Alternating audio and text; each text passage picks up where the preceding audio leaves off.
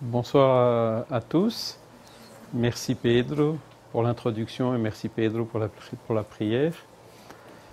Je suis très heureux d'être nouveau parmi vous ce soir dans ce centre avec tous ces travailleurs qui font ce travail assez fantastique que chaque fois je suis admiratif quand je viens ici.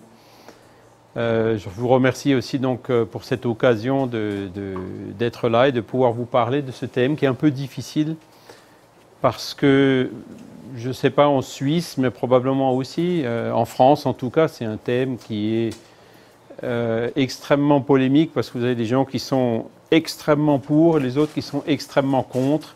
Et en général, c'est assez difficile de trouver un terrain d'entente. Et donc, je vais essayer de décortiquer un peu tout ça avec vous ce soir. Alors, je vais essayer de faire assez vite, en 45 minutes, pour éventuellement laisser un peu le temps à la fin pour quelques questions. Voilà, alors, donc oui, j'étais effectivement secrétaire général du Conseil Spirit International, mais bon, Alan Kardec avait donné des directives pour le mouvement Spirit et il avait dit notamment ce serait bien de changer de président chaque année. Et moi j'avais fait 4 années, donc je me suis dit bon, j'ai dépassé la période et puis donc j'ai passé la main à mon frère et ami Edwin Bravo qui est de Guatemala, donc qui m'a remplacé. Et donc moi je continue bien sûr à disposition pour aider le Conseil Spirit International et notamment je suis toujours coordinateur du Conseil Spirit International ici en Europe. Je m'occupe aussi du mouvement Spirit francophone, donc il y a des Français, des Belges, des Luxembourgeois, des Québécois qui sont associés pour développer tout ce qui est langue française. Donc par exemple, vous avez un livre là qui est traduit, le Conseil Spirit, le mouvement Spirit francophone coordonne les traductions et les relectures de ces livres, c'est un exemple. Il a réalisé par exemple les fascicules d'études systématisées du spiritisme qui ont été traduites en français et donc qui sont maintenant à la disposition de toute la francophonie. Et puis je travaille aussi dans le centre d'études spirituelles en Denis, à Thann, donc c'est près de Mulhouse, pas très loin de Bâle, donc juste de l'autre côté de la frontière, et c'est pour ça que pour la proximité, je suis toujours à disposition pour venir ici. Hier, j'étais à Winterthur par exemple, donc ça me fait chaque fois 1 heure, 2 heures de route, et pour moi c'est vraiment un plaisir de pouvoir venir et puis aider. Alors, on va rentrer en guise d'introduction. J'ai pris une citation de Paul qui dit dans sa première lettre épître aux Corinthiens « Tout est permis, mais tout ne convient pas. Tout est permis, mais tout n'édifie pas. » Tout est permis, ça veut dire, c'est le libre arbitre. La liberté, c'est vraiment un des attributs de l'homme. Donc l'homme, il est libre de faire tout ce qu'il veut, mais il dit aussi clairement tout ne convient pas, tout n'édifie pas, c'est-à-dire que tout ce qu'on fait avec notre libre arbitre, ce n'est pas forcément correct. Quand il parle du mot permis, tout ce qui est autorisé par la loi humaine, ce n'est pas forcément tout à fait non plus en adéquation avec les lois divines. Et on le voit quand vous regardez l'évolution des lois ces 2-3 derniers siècles, il y a beaucoup de choses qui étaient permises. Je cite par exemple l'esclavage, par exemple, qui aujourd'hui sont interdites. Donc, les lois humaines, elles évoluent au fur et à mesure que l'homme, et les sociétés en général, comprennent les lois de la nature. Puisque ce sont ces lois de la nature qui sont immuables, et c'est l'adéquation avec ces lois de la nature qui apportera le bonheur. Et je cite aussi de Léon Denis dans le problème de l'être et de la destinée.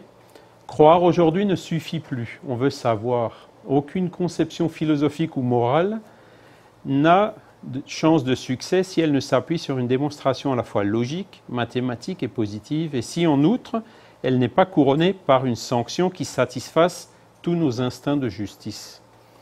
Et là aussi, il y a une grande différence. Je vous disais au début qu'il y a des débats passionnés sur l'euthanasie, et ce sont plus des points de vue, des avis, mais il n'y a pas vraiment d'argumentation derrière. Enfin, pas toujours, parfois il y en a, mais il n'y a pas toujours l'argumentation qui est derrière qui permet justement de se faire son opinion en connaissance de cause. Et donc, ça c'est quelque chose qu'Alan Kardec a apporté avec le spiritisme, ce côté rationnel. La foi dans le spiritisme, c'est une foi raisonnée. On croit aux choses qu'on a comprises. On ne croit pas aux choses simplement parce qu'on nous les a dites comme l'approche religieuse dogmatique traditionnelle, où donc on vous dit, voilà, c'est comme ça, il ne faut pas chercher à comprendre, vous devez croire. Le spiritisme, c'est tout à fait l'inverse. On vous dit, essayez, voilà, on vous apporte les explications, essayez de comprendre, et après, si vous êtes libre de croire ou pas. Toujours encore avec cette fameuse liberté qui est une loi naturelle. Alors je continue. Alors 100% de probabilité. Alors pourquoi? Ben, la probabilité que chacun de nous va mourir un jour, elle est de 100%. Vous êtes d'accord? Ce n'est pas 98, c'est 100. Hein? Donc on va y passer, c'est sûr. Tôt ou tard, mieux vaut tard que tôt, évidemment, mais comme de toute façon on va y passer un jour, autant se poser les questions. Qu'est-ce que c'est que la mort? Est-ce que c'est la fin de tout, qui est le point de vue matérialiste? Est-ce qu'on a quelque chose, est-ce que c'est une goutte qui revient dans l'océan, donc avec une perte, une dissolution de l'individualité? Ou est-ce que c'est quelque chose de notre personnalité qui est indépendant du corps et qui survit à la mort? Et ça, c'est un point, une question fondamentale donc qu'il faut se poser, que le spiritisme, la philosophie spirit, c'est vraiment à la base, c'est un point qui est à sa base. Alors, je cite aussi une question donc, du livre des esprits, où Kardec a demandé aux esprits de quelle manière le spiritisme peut-il contribuer au progrès. Et la réponse des esprits, elle est assez péremptoire et directe, parce qu'elle est en détruisant le matérialisme, qui est une des plaies de la société. Il fait comprendre aux hommes où est leur véritable intérêt.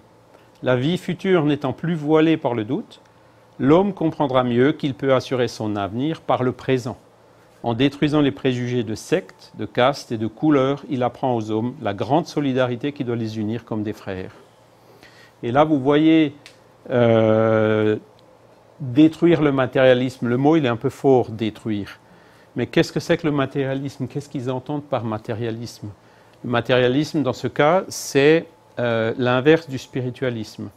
C'est-à-dire, les matérialistes sont ceux qui croient que nous ne sommes composés que de matière. Que, par exemple, le cerveau sécrète la pensée comme le foie sécrète la bile. Donc, qu'il n'existe pas autre chose que de la matière. Et donc, avec le point de vue matérialiste, quand on meurt, c'est fini, on nous met dans une boîte et c'est terminé, il ne reste plus rien de nous. Ça, c'est le point de vue matérialiste. Alors, il y a quelques nuances, bon, je ne vais pas rentrer ici dans les détails, mais c'est l'opposition du matérialisme, c'est justement le spiritualisme. Et le spiritisme, c'est une philosophie spiritualiste. C'est Kardec l'a mis sur la couverture du livre des esprits. Alors le spiritualisme, c'est l'inverse. C'est les gens qui croient qu'il existe en nous, donc en l'être humain, ou même dans tout ce qui vit, autre chose que uniquement de la matière. En d'autres termes, ils croient que l'esprit ou l'âme existent. Hein. Et donc le spiritisme est spiritualiste. Parce que le spiritisme se base donc sur l'existence des esprits et les différentes preuves, je reviendrai plus tard dessus. Donc c'est une des branches du spiritualisme donc, qui est l'opposé du matérialisme. Alors, il fait comprendre aux hommes où est leur véritable intérêt. Si on part du point de vue spiritualiste, qu'on fait le raisonnement sur des questions comme la vie, la mort ou même l'euthanasie, les questions qui sont liées, on a un point de vue différent du point de vue matérialiste. Si on croit que tout se termine à la mort, évidemment, bon, quand vraiment on ne peut plus faire grand-chose, on ignore donc la notion d'esprit, on se dit, bon, autant en finir le plus vite possible. C'est un raisonnement logique que font les matérialistes. Le spiritualiste, déjà, c'est différent. Okay, quand je meurs, mon esprit sort du corps. Donc là, ça amène à poser plein d'autres questions. Qu'est-ce qui se passe avec l'esprit une fois qu'on est mort? Est-ce qu'il est heureux? Est-ce qu'il est malheureux? Donc c'est tout un nouveau domaine d'investigation, d'observation qui s'ouvre. Et donc c'est là-dedans qu'il faut rentrer pour comprendre, pour essayer de mieux comprendre les questions comme le suicide, comme l'euthanasie ou même la peine de mort, puisque c'est directement lié à cela. Alors, Là aussi, le spiritisme détruit donc tous les préjugés de secte, de caste, de couleur, donc la grande solidarité entre les hommes, quelle que soit leur intelligence, quelle que soit la race, quel que soit leur niveau social, ben, on est tous frères parce que créés par le même créateur qui est Dieu, quoi. Je continue. Détruire le matérialisme. J'ai rajouté ce deuxième slide justement pour essayer de mesurer un petit peu plus ce mot détruire, parce qu'en combattant le matérialisme, il ne s'agit pas de combattre les individus matérialistes, puisque là aussi on a un devoir de charité, c'est-à-dire de respecter toutes les croyances, même celles des matérialistes, hein. Mais c'est la doctrine, hein, bon, quand elle est inoffensive de la société, quand elle se renferme dans le fort intérieur de la conscience de certaines personnes, peut devenir une plaie sociale si elle se généralise. Parce que si on part d'un point de vue matérialiste, c'est-à-dire que quand on meurt, tout est fini, bah, autant en profiter un maximum quand on est là. Passer par-dessus les autres, gagner de l'argent, c'est vraiment la porte ouverte à tous les excès. Et encore une fois, c'est un raisonnement logique que je fais là. Si on part d'un point de vue spiritualiste, c'est différent. Si on suppose que l'esprit se dégage du corps, eh ben, une chose qui est évidente, c'est que le jour où on nous met dans une boîte, notre esprit se dégage, on n'emmènera pas notre compte en banque, la maison, on n'emmène rien de matériel, même notre corps, on ne l'emmène pas. Notre corps, on le laisse ici à la terre. Donc le point de vue, il est complètement différent. Il s'agit donc de voir qu'est-ce qu'on emporte, hein, qui est en fait notre conscience, notre intelligence, et nos acquis éthiques et moraux. Je continue. Alors, quand on parle aux gens, effectivement, il faut procéder par étapes, parce que si on parle par exemple de réincarnation ou de communication médiumnique à un matérialiste, il ne va pas comprendre. S'il ne croit pas avoir un esprit en lui-même, comment est-ce qu'il va croire que l'esprit peut se communiquer ou peut se réincarner? Donc il faut vraiment commencer par le commencement, qui est donc l'existence de l'âme, le point de départ, quoi, hein. Et c'est ça que chaque fois j'insiste, surtout ici en Europe, il faut commencer par cela. Et là, je vais donc vous montrer quelques diapositives sur ce sujet. Donc, qui sont les preuves, quelles sont les preuves en fait de l'existence et la survie de l'âme? Qu'est-ce que le spiritisme il apporte dans ce domaine? Eh ben, la première réflexion qu'on peut faire, c'est que les actes intelligents de l'homme doivent avoir une cause intelligente. Parce que si on pense que c'est le cerveau qui sécrète la conscience ou l'intelligence, il y a quand même dans le raisonnement quelque chose qui coince un peu. Parce que comment est-ce qu'on pourrait admettre que si le cerveau il est purement matériel, donc que la matière puisse générer quelque chose d'intelligent? Donc la matière, elle est inerte. Comment est-ce qu'on peut croire que la matière génère quelque chose d'intelligent? C'est un premier problème donc, qui se pose. Mais ce n'est pas le seul, parce qu'il y a beaucoup d'autres preuves qui sont apportées. Donc, au niveau de la phénoménologie, les communications médiumniques. Alors, je cite toujours l'exemple de Chico Xavier, parce que c'est un des médiums les plus connus, qui a écrit beaucoup de livres. Et il a fait notamment, si vous regardez dans les revues Spirit, on met toujours au début des communications de Chico Xavier qu'il a donné, qu'il a reçues spontanément et qu'il a donné à des personnes qu'il ne connaissait pas, en donnant tout plein de détails sur la grand-mère, sur la famille, sur les surnoms, donc des choses qui pouvaient être totalement ignorées, avec des preuves très très fortes de l'individualité de l'esprit qui s'est communiqué, qui est venu donner tous ces détails. Donc, par exemple, un enfant décédé qui est venu consoler sa mère par l'intermédiaire de la médiumnité de Chico Xavier. Donc ça, ce sont des phénomènes médiumniques donc, qui apportent des preuves que cette individualité, donc, elle a survécu à la mort, hein. Alors, il y a aussi d'autres phénomènes comme les apparitions et les dédoublements. Donc, les apparitions, c'est les esprits qui se matérialisent, hein. Vous avez tous les épisodes Katie King et tout ça, hein, qui sont une forme, je dirais, un peu plus tangible de médiumnité. Et les dédoublements, ce sont des cas aussi de personnes qui sont physiquement à un endroit, mais qui sont perçus ou aperçus en même temps à un autre endroit. Ce sont des phénomènes qui sont un petit peu plus rares, mais qui prouvent là aussi de façon très très forte l'existence et l'indépendance de l'esprit par rapport au corps. Vous avez d'autres phénomènes donc, qui sont peut-être un petit peu plus subtils, comme donc l'extériorisation de l'âme, comme les rêves. Pendant notre sommeil, notre esprit se détache naturellement du corps.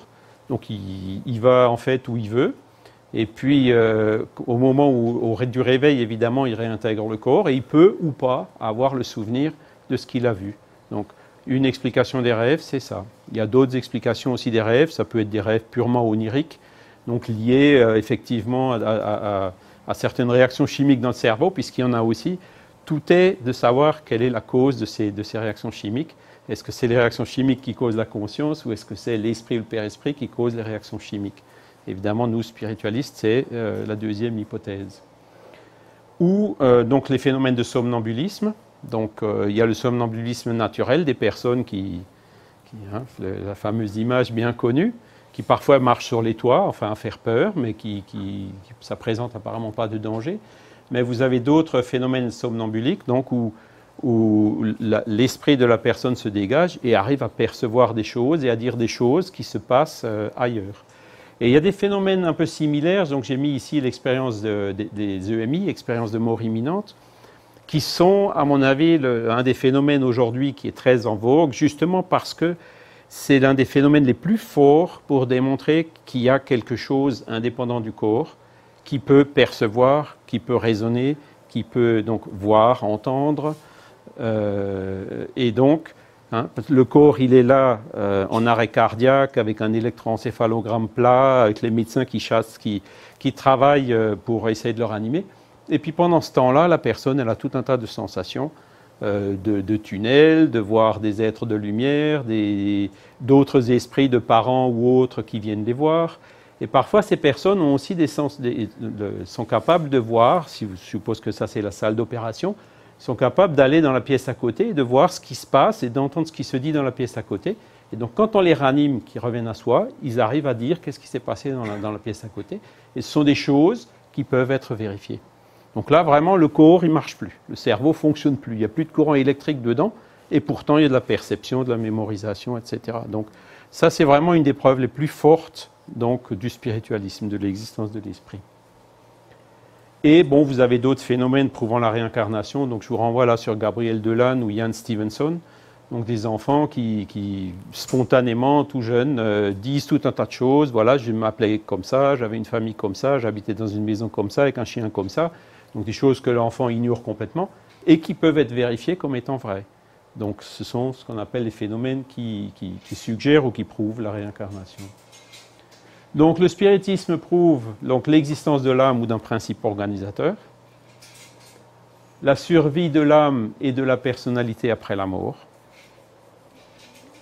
la préexistence de l'âme avant la naissance, sa réincarnation et son évolution, et la communicabilité des âmes des défunts, donc les esprits, avec les vivants.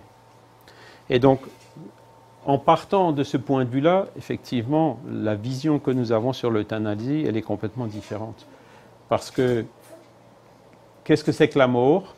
La mort, c'est tout simplement l'âme, donc l'esprit, avec son père-esprit qui se dégage du corps. Le lien entre les deux, qui se rompt définitivement. Donc juste avant la mort, il y a toujours un petit lien, les fonctions vitales continuent, même si elles se dégradent des fois avec les maladies et tout.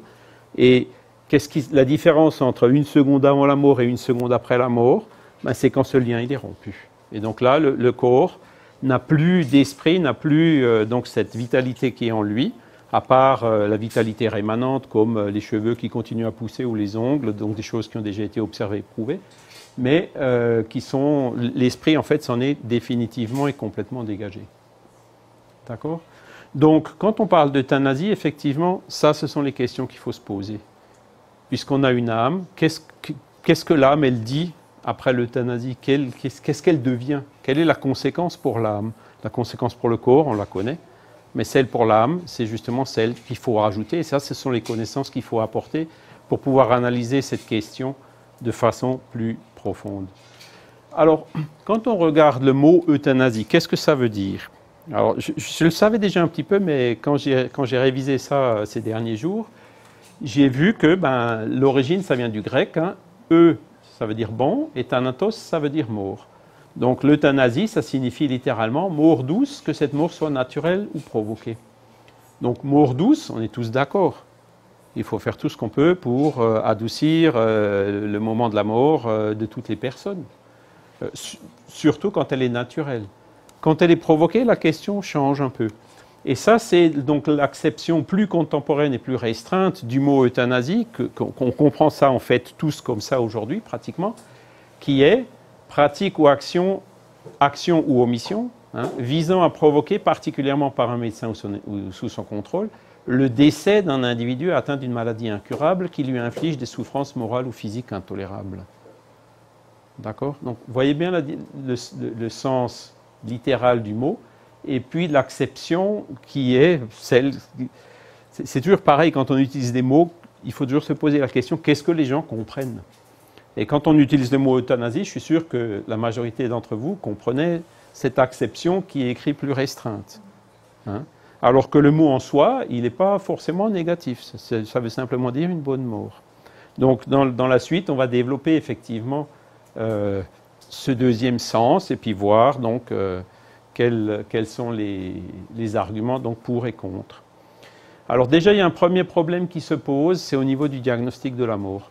Il n'y a pas d'unanimité encore dans le milieu médical sur comment est-ce qu'on peut dire qu'une personne est vraiment morte. Alors il y a des protocoles, il y a différentes écoles, il y a des critères, l'électroencéphalogramme plat vérifié à X minutes d'intervalle, constaté par un deuxième médecin, etc. Il commence à y avoir des critères, et heureusement, parce que il y a un siècle, il y a beaucoup de gens qui étaient enterrés vivants. Hein, c'est quelque chose qui arrivait très fréquemment. Une personne, par exemple, dans le coma aujourd'hui, ben, il y a quelques années, avant qu'on connaisse il y a quelques décennies, peut-être un siècle, on ne savait pas ce que c'était que le coma et on pouvait légitimement penser, même les médecins, que la personne était décédée, alors qu'elle n'y était pas. Et parfois, des personnes comme ça revenaient à elle. Et donc, il y a aussi un autre critère qu'il faut prendre en compte, c'est au niveau du cerveau. Donc souvent, on associe la mort à la mort cérébrale. Mais là aussi, il faut faire la différence entre mort cérébrale et mort encéphalique. Parce que la mort encéphalique, ça va plus loin que la mort cérébrale, parce que dans la mort encéphalique, on atteint la coordination de la vie végétative, et pas seulement la vie de relation, comme ça dans le cas de la mort cérébrale. Alors je vais vous montrer, et je vais citer quelques exemples où j'essaierai de vous faire comprendre bien la différence. En gros, une personne qui a une mort encéphalique, il faut des machines pour ventiler, pour respirer, pour faire battre le cœur, etc. Sinon, si on débranche les machines, elle meurt immédiatement. Alors que dans la mort cérébrale, souvent la personne... le corps continue à vivre, même sans les machines. Par contre, la personne, elle est plus capable d'interagir et de réagir comme quelqu'un qui est complètement conscient. Et on verra là aussi la différence entre ces deux choses dans la considération sur la question de l'euthanasie. Et donc, les critères médicaux tiennent déjà compte aujourd'hui de ça. Le problème, c'est que c'est difficile de dire quand est-ce qu'il y a vraiment mort encéphalique et pas. Et souvent, c'est arrivé qu'ils ont dit, bon, ben, on va débrancher les appareils, parce que, comme on le verra plus tard, l'euthanasie, raccourcir, accélérer la mort, ce n'est pas quelque chose de conseillable. Prolonger la vie artificiellement, donc l'acharnement thérapeutique, non plus. Et ça, c'est typiquement le cas, donc en cas de mort encéphalique, on peut laisser les machines et puis maintenir le corps en fonctionnement assisté artificiellement pendant d'assez longues périodes.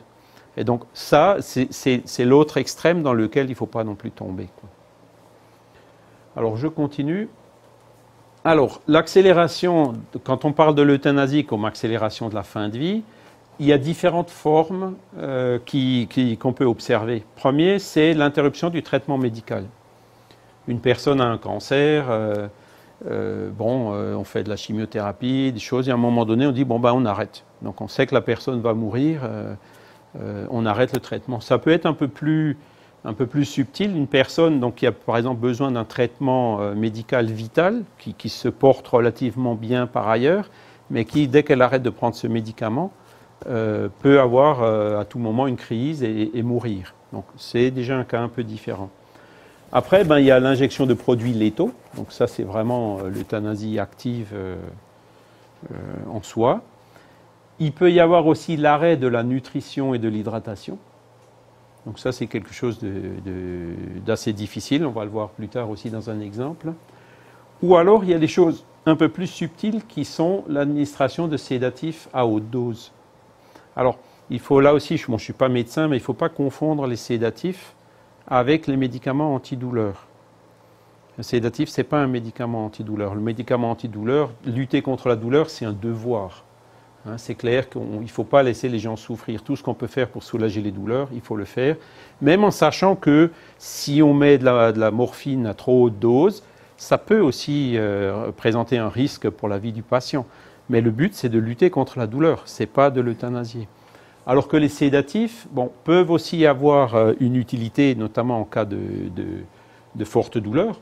Mais ce qu'on observe, c'est qu'en général, on donne des doses qu'on sait que c'est plus que ce que la personne a besoin. Et ce genre de sédatif finit par faire mourir la personne. D'accord? Parce que les sédatifs bloquent un certain nombre de réactions naturelles de l'organisme, comme par exemple le fait de tousser. Donc ce sont des réactions de l'organisme qui permettent justement de ne pas s'étouffer ou pour préserver la vie. Et donc en mettant des sédatifs, on inhibe un petit peu ce genre de réaction naturelle du corps. Et donc il y a une statistique qui dit qu'en Europe, 40 à 50% des décès résultent d'une décision médicale. Donc qui peut être un de ces points-là. Donc vous voyez, pratiquement une personne sur deux pour une personne sur deux, ce genre de questions se pose. Alors je continue. Il y a aussi une classification qui peut se faire par les moyens employés. Donc, vous avez l'euthanasie active. Donc, c'est un acte volontaire en vue d'abréger la vie du patient. Ou l'euthanasie passive, qui consiste à cesser un traitement curatif ou à arrêter l'usage d'instruments ou de produits qui maintiennent un patient en vie. Vous voyez aussi la différence là? C'est sûr que là aussi, la première, elle est beaucoup plus forte que la seconde. La seconde, ça peut être tout simplement arrêter un acharnement thérapeutique quand vraiment il n'y a plus rien à faire. Et qui est donc là, on peut avoir un point de vue différent sur l'euthanasie passive. Il y a aussi une classification par type de consentement. Donc vous avez l'euthanasie volontaire. Donc c'est lorsque l'individu il est malade et il dit « je veux mourir ». Il le demande lui-même. Et donc, soit quand il est encore conscient malgré sa maladie, soit quand il a pu exprimer son souhait précédemment. Donc ça, c'est ce qu'on appelle l'euthanasie volontaire. Après, vous avez l'euthanasie non volontaire, lorsque l'individu n'a pas la capacité physique de demander de l'aide pour mourir ou de s'y opposer, et qu'on ignore quelle aurait été sa volonté. Donc en gros, c'est le médecin qui décide, c'est plus le patient, ou la famille. Le médecin ou la famille qui décide, c'est plus le patient. Et vous avez l'euthanasie involontaire, qui est donc lorsque l'acte d'euthanasie est pratiqué sur un individu qui a eu l'occasion d'exprimer une opposition explicite. Et donc l'euthanasie contre le gré de l'individu, dans beaucoup de codes civils, c'est considéré comme un meurtre. Voilà. Alors on continue. Qu'est-ce qu'il en est en Europe? Il y a une personne qui m'a posé la question un peu avant. Donc là, vous avez une carte européenne où vous voyez donc, en bleu les pays où l'euthanasie active est légale. Et donc vous avez le Benelux, essentiellement. En Belgique, il y a même une loi qui autorise à euthanasier des enfants. Voilà. En vert, vous avez les pays où donc l'euthanasie passive est légale. En jaune, dont la Suisse, vous avez des pays où le suicide assisté est légal. Parce qu'en fait, en Suisse, quand on regarde, l'euthanasie n'est pas autorisée par la loi. L'euthanasie, elle est interdite par la loi. C'est le suicide assisté qui est légal. Donc, ce n'est pas pareil. Parce que, bon, dans le suicide assisté, le médecin prépare tout pour la personne, mais c'est la personne qui déclenche la seringue ou qui déclenche ce qui va, in fine, terminer sa vie. Oui? Cependant, actuellement, le Conseil fédéral, Santé Suisse, l'organise 50 ans. Ils ont décidé, donc surtout au niveau du Conseil fédéral, que le médecin est autorisé en ce moment, légalement, à décider pour cette loi-là. Donc, il faut en fait prendre des décisions sans aucune reproche ni contrainte envers la loi, donc d'agir directement pour arriver à cette conclusion. À l'autorisation de l'euthanasie, c'est ça? Ça fait peut-être un mois ou 2 mois que j'ai eu connaissance de ça. D'accord. Sur Internet, sur la page Swisscom en plus. Donc cette situation... Alors, effectivement, les lois évoluent partout. Hein. Ces questions fondamentales se posent partout, surtout quand il y a quelques cas et exemples, je vais en citer quelques-uns, où les gens se reposent, vous avez de nouveau les débats qui recommencent et tout. Mais ce qu'on voit, c'est que les débats, il y en a qui sont... ça va assez vite aux extrêmes, si vous voulez, parce que c'est une question qui va très vite dans la polémique. Donc, les débats ne sont pas... Il n'y a pas la sérénité qu'il faut, donc qu'il faudrait. Hein. Notamment, en France. Bon, la France, c'est l'État, il y a la laïcité de l'État. Donc, bon, toutes les religions sont admises, mais les religions, en gros, n'ont rien à dire au niveau de l'État. Peuvent donner des conseils ou des choses comme ça. Mais ce qu'on voit dans la réalité, c'est qu'il y a même une certaine méfiance, qui se cache un peu derrière la laïcité. Mais bon, ce qu'il faut, en fait, c'est apporter les arguments pour que les décisions puissent se prendre avec une meilleure connaissance de cause, Et ce qui, aujourd'hui, à mon sens, n'est pas encore tout à fait le cas, puisque on est quand même encore, au niveau de la science, et notamment de la médecine, dans un paradigme matérialiste. La médecine n'a pas encore vraiment le paradigme spiritualiste. Et je vais y venir à la fin, donc pour montrer comment, dans certains pays, la médecine évolue justement vers ce paradigme spiritualiste, grâce à l'action notamment de l'Association mondiale des médecins spirites, qui viennent de temps en temps en Europe pour faire des conférences. Donc là, ils seront ici en octobre ou en novembre. Je ne sais pas s'ils viennent en Suisse. Il me semble qu'il y a un petit événement. En tout cas, ils seront à Lyon en septembre, si je ne me trompe pas. Et ils viendront aussi à Bruxelles en octobre. Et là, ce sont vraiment des médecins qui viennent et qui expliquent ce qui se fait au Brésil, ce qui se fait ailleurs, donc de cette évolution de la médecine d'un paradigme matérialiste, donc qui ignore l'existence de l'âme, vers un paradigme spiritualiste qui en tient un peu plus compte. Alors, et puis donc juste pour terminer, donc l'euthanasie illégale, c'est donc vous avez plus que la Pologne, et puis il y a certains pays en noir où la situation légale elle n'est pas claire. Hein, donc on ne sait pas trop si c'est permis ou si c'est interdit. Il y a une jurisprudence, etc. Mais ils ne se sont pas encore vraiment définis. Donc là, vous voyez, alors effectivement, ça peut changer. Si ça se trouve, la Suisse pourra changer de couleur prochainement. La France aussi, d'ailleurs, Et donc là, vous voyez, par rapport aux critères que je vous ai donnés tout à l'heure, entre euthanasie active, passive, où est-ce que ça se pratique. Alors au Brésil, je vais quand même donner un slide parce qu'il y a pas mal de Brésiliens dans la salle. Alors excusez-moi, c'est en portugais. Donc au Brésil, l'euthanasie n'est pas autorisée, c'est clair. Hein. Voilà. Alors, je vous cite quelques exemples. Donc, on a traité du cas de l'euthanasie dans une revue Spirit, donc qui est du 4e trimestre 2014. Bon, si vous en avez plus, bon, on peut éventuellement en avoir. Pour ceux qui voudraient des anciens numéros, Jean-Pierre Pipineau peut vous les procurer. Et donc, ce qui s'est passé, c'est qu'il y a une dame donc, qui fréquente un groupe dans la ville de Rennes, dont le père a fait une tentative de suicide. Cette tentative de suicide a porté des dommages importants à son cerveau. Et donc, elle donne son témoignage. Donc, qu'est-ce qui s'est passé à l'hôpital? Le médecin, quand ils ont constaté ça, et à un moment donné, ils ont clairement insisté, poussé la famille à dire, bon, écoutez, de toute façon, le cerveau, là, il y a des... Alors, il vivait encore. Donc, il était dans le coma, si vous voulez, mais il n'y avait pas besoin de machine. Et c'est une personne qui a fait une tentative de suicide. Donc, on pouvait se dire, tiens, ben, il voulait peut-être mourir. Donc, les circonstances étaient favorables, compte tenu de ce qui se passe en France, pour une décision de dire, bon, ben, comme en plus, maintenant, son cerveau, il est atteint apparemment de façon irréversible. Donc là aussi, c'est quelque chose qui est très difficile à établir médicalement. Et bien, donc, dans son témoignage, il dit, ben, ils ont décidé de lui donner des sédatifs à haute dose, entre guillemets, pour le faire partir. Mais en France, vous ne pouvez pas le dire comme ça, parce que sinon, vous enfreignez la loi. Mais en réalité, c'est ce qui se pratique.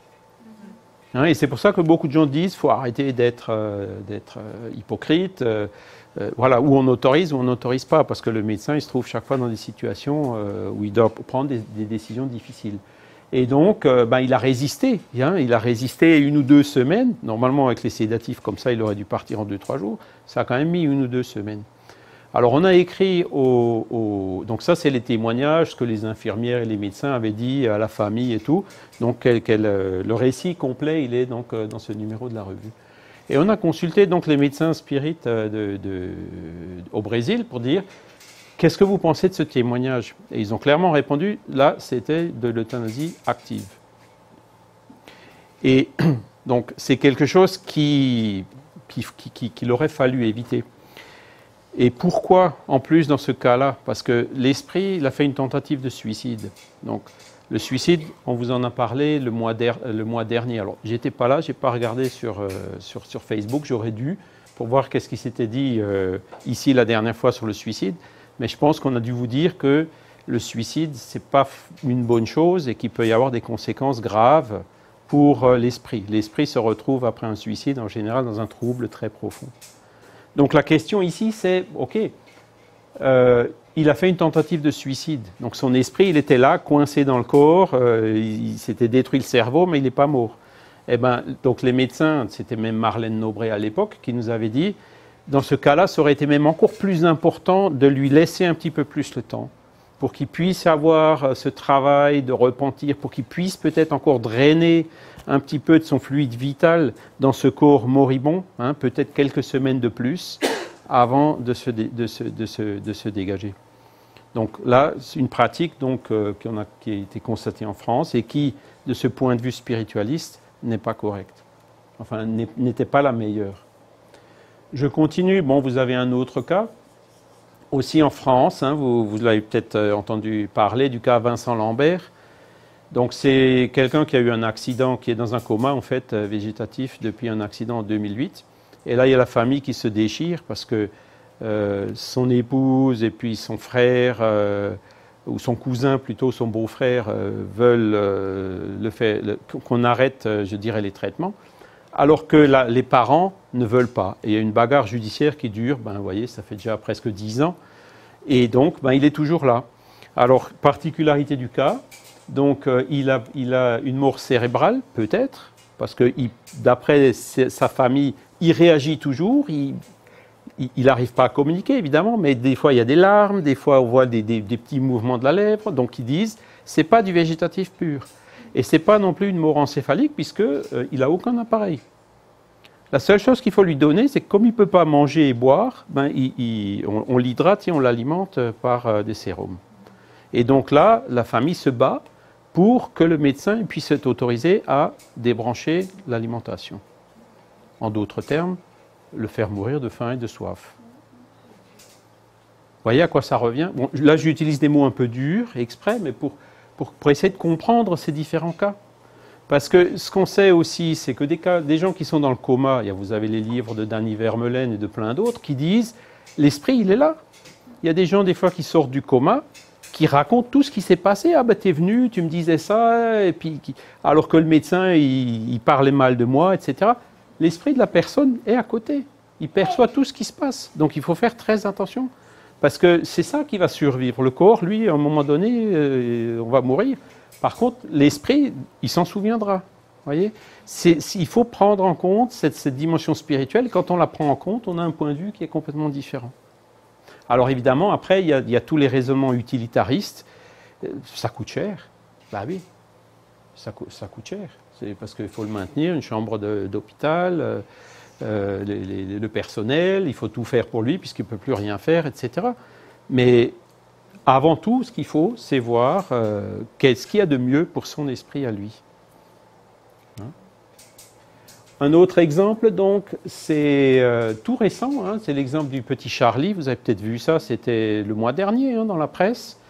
Donc c'est un petit Anglais qui est né avec une maladie génétique grave qui là aussi donc a porté beaucoup de préjudice à son cerveau.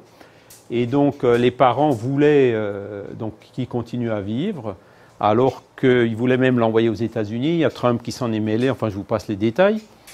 Et finalement, bon, il y a eu un consensus au niveau des médecins pour dire, lui par contre, il était en situation de mort encéphalique, c'est-à-dire sans les appareils. Donc il suffisait de débrancher les appareils, il mourait immédiatement.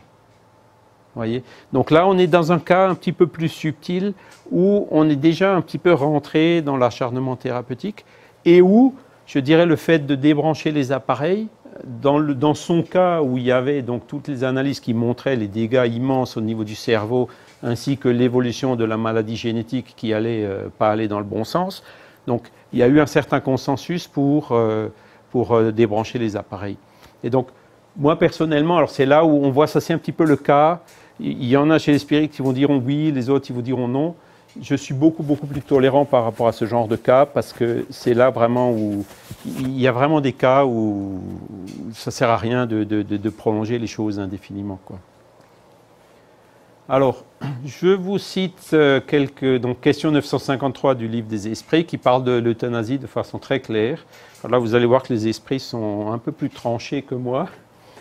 Lorsqu'une personne voit devant elle une mort inévitable et terrible, est-elle coupable d'abréger de quelques instants ses souffrances par une mort volontaire? En fait, ce n'est pas tellement l'euthanasie, c'est plutôt un suicide, quoi. Et donc il dit, on est toujours coupable de ne pas attendre le terme fixé par Dieu. Est-on d'ailleurs bien certain que ce terme soit arrivé malgré les apparences et peut-on recevoir un secours, et ne peut-on recevoir un secours inespéré au dernier moment? Et ça, on l'a vu plusieurs fois, des personnes qui étaient condamnées qui d'un coup, pouf, sont revenus, des comateux qui se sont réveillés, ou des personnes qui avaient un cancer, le cancer a disparu du jour au lendemain. Bon, il se passe souvent des choses que la science n'explique pas, mais là, ça se passe, ce sont des choses qui sont observées, qui arrivent. Et donc, il continue en disant, Kardec repose, on conçoit que dans les circonstances ordinaires, le suicide soit répréhensible, mais nous supposons dans le cas où la mort est inévitable, où la vie n'est abrégée que de quelques instants. Donc là, c'est un petit peu le suicide assisté, hein. C'est toujours un manque de résignation et de soumission à la volonté du Créateur. Parce qu'en fait, on se rend compte que qu'est-ce que c'est qu'un cancer, en fait? C'est une maladie qui, parfois, a des causes extérieures, comme l'amiante, comme le tabac, la nicotine, mais qui, souvent, a une cause que les médecins ont du mal à détecter, qu'on ne sait pas. Et ça, dans ce cas-là, le cancer, en fait, il vient de l'esprit et du père-esprit. Et le père-esprit, donc, qui a un problème... Alors, vous savez tous ce que c'est que le père-esprit?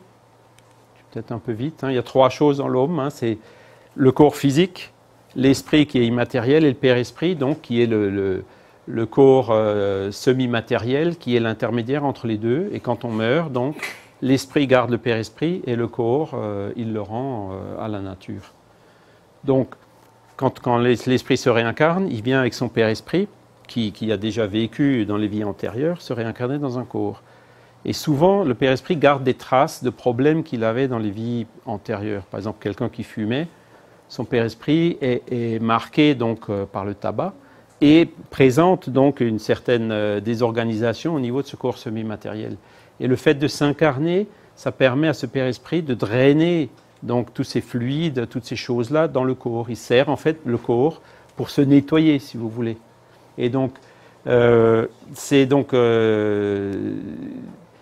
les maladies en phase terminale servent souvent à ça, c'est-à-dire que vraiment là, le père-esprit, il draine tout ce qui lui reste d'énergie vitale et de mauvais fluides dans le corps qui est moribond.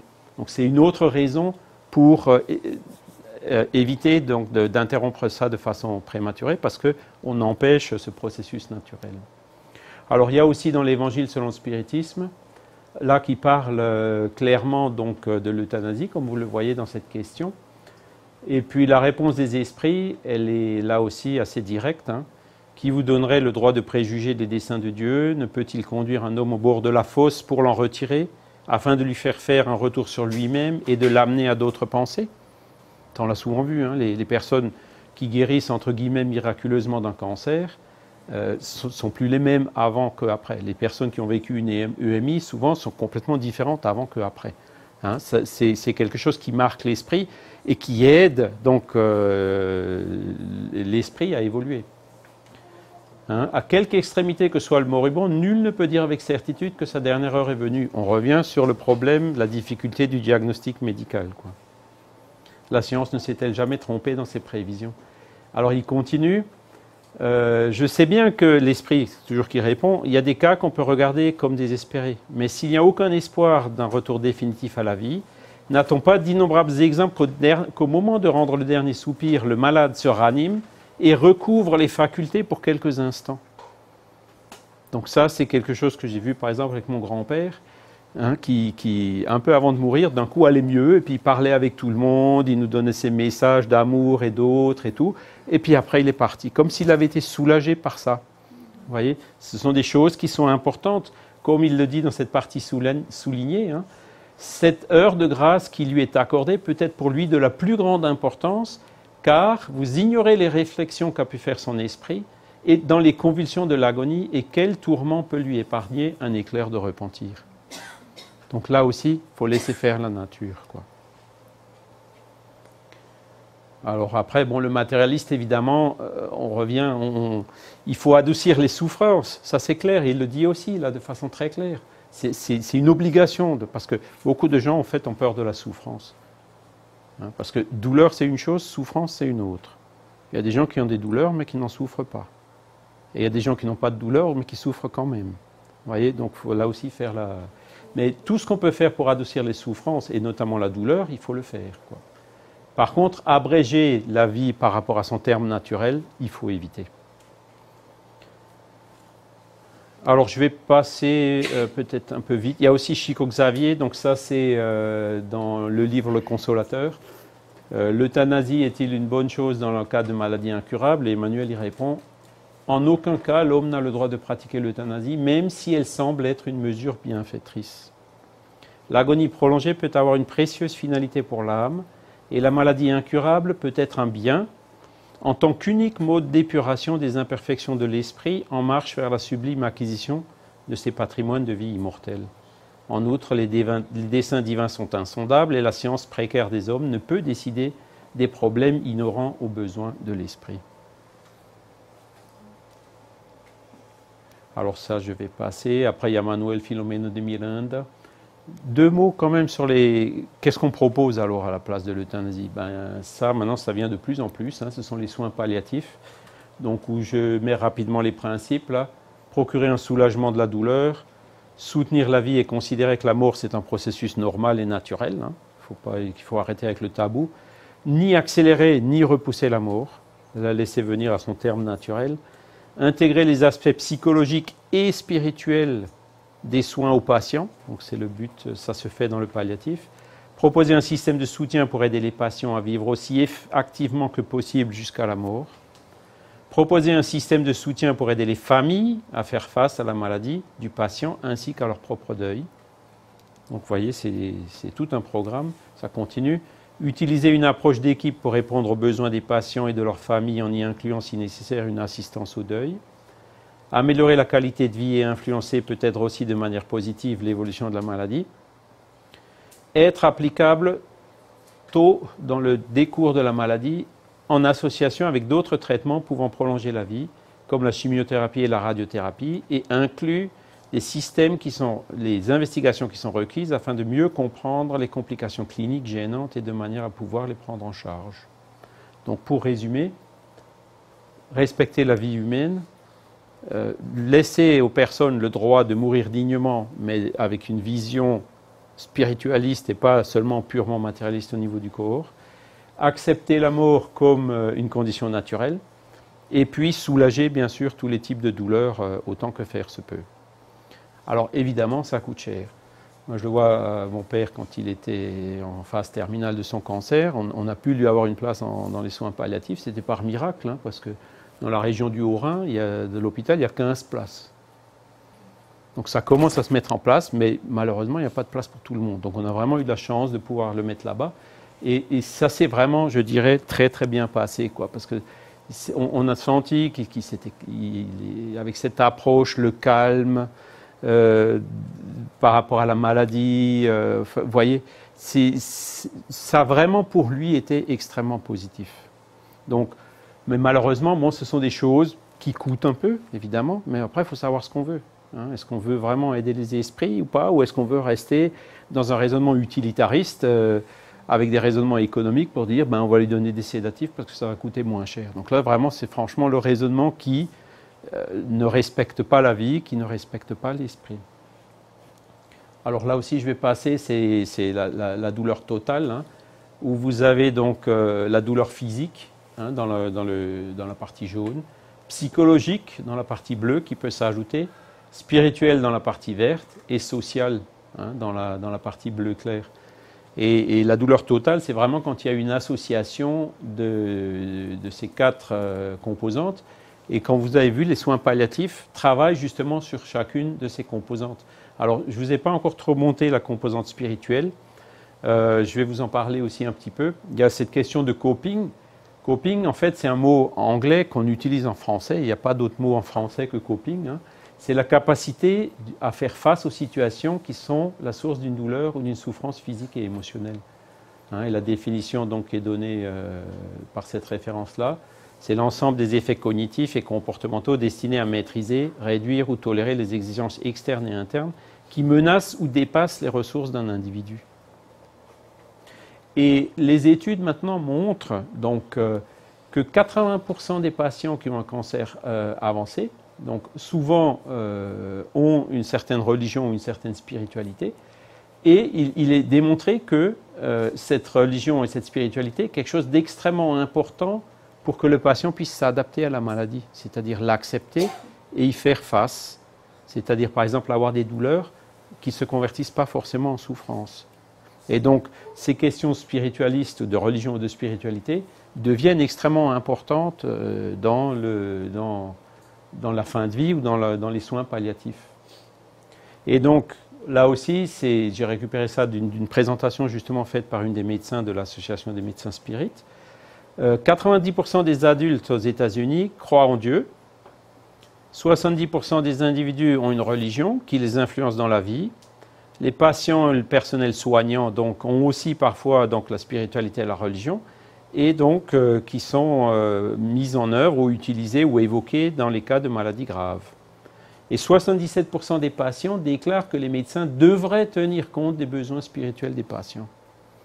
Alors qu'en France, je peux vous dire que c'est très rarement le cas. Il y a l'aumônier, quoi. C'est le seul qui vient, qui parle et qui aide. Hein. Mais les médecins, pour l'instant, encore très peu. Et 37% des patients voudraient que les médecins parlent des croyances religieuses. Donc vous voyez, c'est quelque chose que les gens demandent. La majorité des personnes demandent. Et donc, dans cette mise en place, il y a déjà des outils qui existent. Le triage spirituel, l'histoire spirituelle clinique. Vous avez des protocoles qui permettent de faire ça de façon totalement neutre, hein, d'évaluer quels sont les objectifs spirituels et donc comment on peut les utiliser au mieux dans ces phases-là. Hein. Et donc la dimension spirituelle, c'est quelque chose de personnel. Donc un des principes fondamentaux, c'est de respecter la croyance et les pratiques du patient. Donc là aussi, le respect de toutes les croyances est extrêmement important. De préserver l'intégrité et de ne pas violer leur vision spirituelle ou religieuse. Parce que les études démontrent aussi que certaines religions aident le patient à faire face aux maladies, d'autres religions, c'est l'inverse. Les personnes qui pensent qu'elles sont punies par Dieu, en général, se laissent aller, quoi. Elles n'ont pas les ressources pour lutter contre la maladie, hein, c'est un exemple. Voilà. Alors, je vais terminer, je vais passer ça parce que, voilà, j'arrive aux conclusions. Donc, je répète toujours ces mêmes citations, hein, vous les avez peut-être déjà vues la dernière fois. La science sans la religion est aveugle, la religion sans la science est boiteuse. Et donc ça, Einstein l'avait bien senti, et c'est ce que Allan Kardec a apporté, de dire il faut faire de la science avec de la religion, c'est-à-dire ne pas hésiter à étudier scientifiquement, utiliser les méthodes scientifiques pour étudier les questions d'esprit et d'âme, hein, c'est ce qu'il a fait pendant toute sa vie, c'est ce que font aussi tous les spiritualistes rationnels. Et pareil, au niveau de la religion, il faut qu'elle s'appuie sur la science. Hein. C'est vraiment une question d'associer les deux pour pouvoir aller plus loin. Et le spiritisme ne dit pas croyez d'abord et vous comprendrez ensuite si vous pouvez, mais il dit comprenez d'abord et vous croirez ensuite si vous le voulez. Donc on passe d'une foi aveugle, avec un curé ou un prêtre de confiance qui dit aux gens ce qu'ils doivent croire et ce qu'ils ne doivent pas croire. Beaucoup de gens ont encore besoin de ça, mais on voit les limites un peu de ce système, parce que si le curé ou le prêtre il n'est pas de confiance, il peut se passer des choses, du fanatisme, comme ce qu'on voit, des gens qui font des guerres ou qui tuent au nom de Dieu, ou des choses complètement absurdes. Hein. Ça peut ouvrir la porte à des manipulations. Donc, le mieux, c'est de passer à une foi raisonnée où les personnes mettent justement en association cette foi avec le bon sens et la raison. J'y crois parce que j'ai compris. C'est beaucoup plus fort que j'y crois parce qu'on me l'a dit. Et avec l'évolution du monde et l'évolution des personnes, de plus en plus de gens maintenant veulent comprendre, hein, comme je vous l'ai montré dans la citation de Léon Denis dans un des premiers slides. Voilà. Et donc, sur la couverture de l'Évangile selon le spiritisme, Kardec a mis cette phrase, hein, il n'y a de foi inébranlable que celle qui peut regarder la raison face à face à tous les âges de l'humanité. Et quel est le but du spiritisme? C'est ça, c'est la charité. Or, la charité, point de salut. Voilà, donc j'en termine sur ces mots. Je vous remercie pour votre attention et pour votre temps. Je ne sais pas si on a encore le temps. Finalement, j'ai mangé le petit quart d'heure. Mais peut-être une question si vous avez, ou sinon, bon, après la prière. Oui. Vous avez parlé tout à l'heure, et nous savons tous, que pour garder une personne dans un hôpital, le coût il est assez considérable. Oui. Dans le cas où un patient, justement, il a le diagnostic d'une mort encéphalique, mais que la famille n'a aucun moyen de garder cette personne dans l'hôpital, et que la décision c'est vraiment l'euthanasie, comment on pourrait juger cette situation en fait? Parce que voilà, la famille, disons, le mari avec ses enfants ne veulent absolument pas l'acte de l'euthanasie. Oui. Par conséquent, il y a quand même le côté financier qui ne permet pas justement que ça se fasse de cette manière. Alors vous avez parlé de mort encéphalique. Donc la mort encéphalique, c'est effectivement le stade où il y a difficilement un retour et où on rentre déjà un petit peu on prolonge la vie artificiellement. Donc c'est la dysthanasie, quoi, ou l'acharnement thérapeutique. Donc dans ce cas-là, quand la famille ne veut absolument pas, ben, il faudrait essayer de lui expliquer. Il faut lui expliquer que la situation et que vraiment là, il n'y a que les appareils qui le maintiennent en vie. Et que, alors, indépendamment du coût, évidemment, le malade, ça ne lui apporte rien qu'on prolonge artificiellement, indéfiniment sa vie. Maintenant, si vous aviez dit dans mort cérébrale, donc c'est le cas de Vincent Lambert, là c'est différent. Et là, il y a une bagarre judiciaire, parce que les parents ne veulent pas qu'on le laisse mourir de faim et de soif. Ouais, la question c'est justement parce que je connais un cas ici en Suisse, et on sait que, notamment ici, justement en Suisse, les coûts sont vraiment importants. Et puis, c'était dans le cas d'une mort encéphalique. Donc, la personne ne pouvait même pas prendre le patient et amener à la maison. Disons, Oui. le coma, il faut tous les appareils, sinon... Voilà. Si on ne peut plus le garder dans l'hôpital, on l'amène à la maison. Mais dans le cas d'un mort encéphalique, on ne peut rien faire parce que justement, une fois que les appareils sont éteints, c'est fini. Donc, c'est quand même... c'est gérer la situation, de voilà. juger, si ainsi je pourrais dire, juger qui est coupable alors, c'est les médecins. C'est vrai. Il faut avoir une vue d'ensemble par rapport à ces cas-là. Si je reviens au cas de Vincent Lambert, qu'est-ce que demande la famille? C'est de le retirer de l'hôpital et de le mettre dans un établissement spécialisé, qui existe en France. Il ne demande que ça. Par contre, il y a la bagarre judiciaire avec d'autres membres de sa famille qui disent non, maintenant il faut lui couper l'alimentation, Vous voyez? Donc là, le cas il est un petit peu différent. C'est même pas tellement une question d'argent. Mais effectivement, là on parle la Suisse, l'Europe, mais quand vous êtes dans des pays pauvres où il n'y a même pas toutes ces ressources, bon ben, ils font vraiment ce qu'ils peuvent et puis les gens finissent par mourir. Mais je pense que dans ces cas-là, il y a difficilement des cas où vraiment donc on intègre des machines sophistiquées pour prolonger artificiellement la vie. Vous voyez, ça, ce sont des choses qu'on voit chez nous avec les progrès de la médecine, effectivement. On peut maintenir les gens en vie. Il y a une question aussi qui est un peu liée à ça, c'est le don d'organes. Donc le don d'organes, on pourrait faire toute une... On a aussi traité ça dans la revue Spirit. Quand une personne a un accident et puis meurt, si on veut récupérer ses organes, il faut le maintenir artificiellement en vie jusqu'à ce qu'on arrive à lui prélever l'organe. Et après, on débranche, c'est-à-dire on le laisse mourir. Vous voyez ? Donc il y a beaucoup de gens qui disent « Ah oui, mais si on maintient la vie, l'esprit ne sort pas, et puis du coup, quand on prélève l'organe... Bon, c'est une autre question, hein, que je pourrais peut-être traiter une autre fois. Mais effectivement, les critères financiers, on ne peut pas partir d'un raisonnement purement utilitariste. Ça coûte trop cher, donc il faut pratiquer l'euthanasie parce que ça coûte moins cher. Là, le raisonnement utilitaire en soi, il n'est pas applicable. Voilà, il n'est pas correct, il n'est pas éthiquement acceptable. Voyez ?